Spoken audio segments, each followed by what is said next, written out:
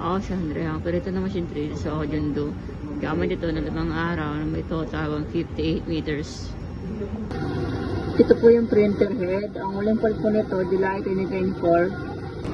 Ito naman po yung copy. May 60% good condition pa po.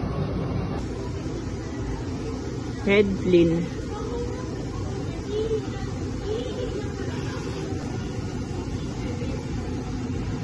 Nasa na ang wiper after head clean. Nasal check.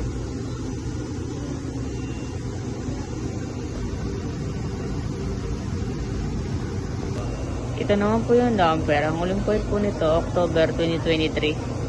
Ang waste lang po, nalinis ng isang araw. Ito naman po yung ABR at ground wire. Ito mo po yung aming stocks.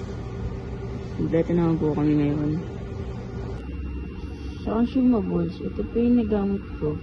Ito na po ang ink white. Isang powder. At isa rin sa film.